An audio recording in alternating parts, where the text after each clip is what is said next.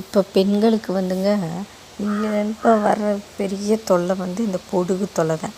அது சின்ன பிள்ளைகள்லேருந்து பெரியவங்க எல்லாத்துக்குமே இருக்குது.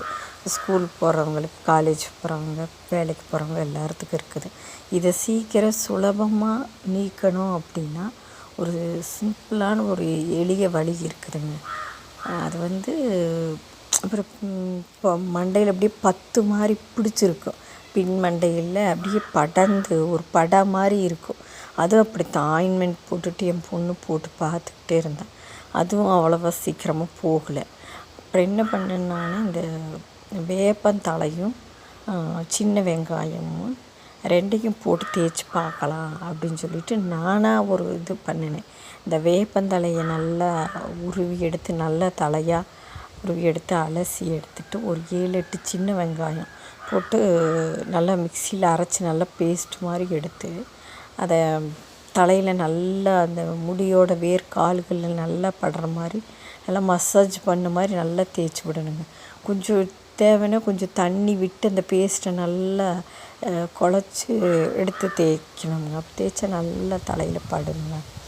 அப்புறம் அது வந்து இது புண்ணெல்லாம் சின்ன சின்ன புண்ணு இருந்ததுன்னா சின்ன வெங்காயம் வச்சதுக்கு எரிஞ்சாலும் பரவாயில்ல, அது கொஞ்சம் நேரம் தான் இருக்கும். பொறுத்துக்கிட்டு அந்த பேஸ்ட்டு நல்லா தடவி விட்டுட்டு ஒரு அரை மணி நேரத்துக்கு மேலே 1 மணி நேரம் நல்லா ஊற வச்சுட்டு அப்புறம் நல்லா தண்ணி விட்டு நல்லா அலசி விட்டுட்டோம்னா கிளியராக போயிடுங்க. அந்த படம் மாதிரி இருந்தது கூட ஒரே தடவையிலே நல்லா போயிடுச்சு. இன்னும் கொஞ்சம் கொஞ்சம் சின்ன சின்னதாக இருந்தது. அதுக்கு மறுபடியும் ஒரு 2 நாள் கழித்து மறுபடியும் அதை போட்டு தேய்ச்சி சுத்தமாக போயிடுச்சு. இந்த ஒரு வாரத்துக்குள்ளேயே அவளுக்கு போயிடுச்சு. நீங்கள் அந்த மாதிரி பண்ணி பாருங்கள். அந்த பொடுகு பேன் இருந்தாலும் இளநரைக்குமே கேட்குதுங்க. நீங்கள் இந்த இதை பண்ணி பாருங்கள்.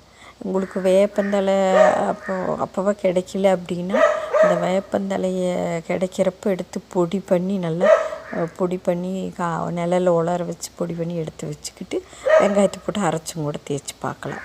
நீங்கள் தேய்ச்சி பாருங்கள். இதை நீங்கள் வீட்டில் பண்ணி பாருங்க. நீங்கள் அப்புறம் நீங்களே சொல்லுவீங்க, சொன்னது கரெக்டுன்னு நீங்களே சொல்லுவீங்க.